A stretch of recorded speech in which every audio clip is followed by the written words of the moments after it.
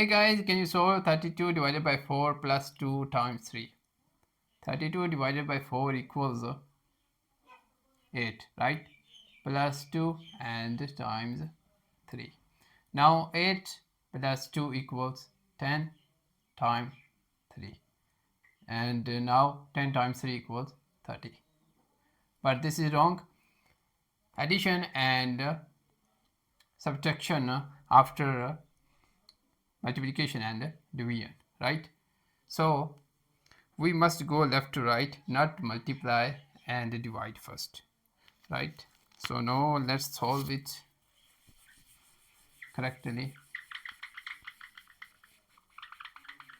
Division and multiplication have equal priority. So, but before addition and subtraction.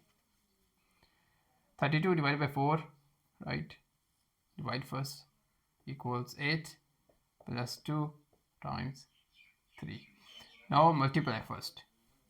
8 plus 2 times 3 equals 6, and now 8 plus 6 equals 40.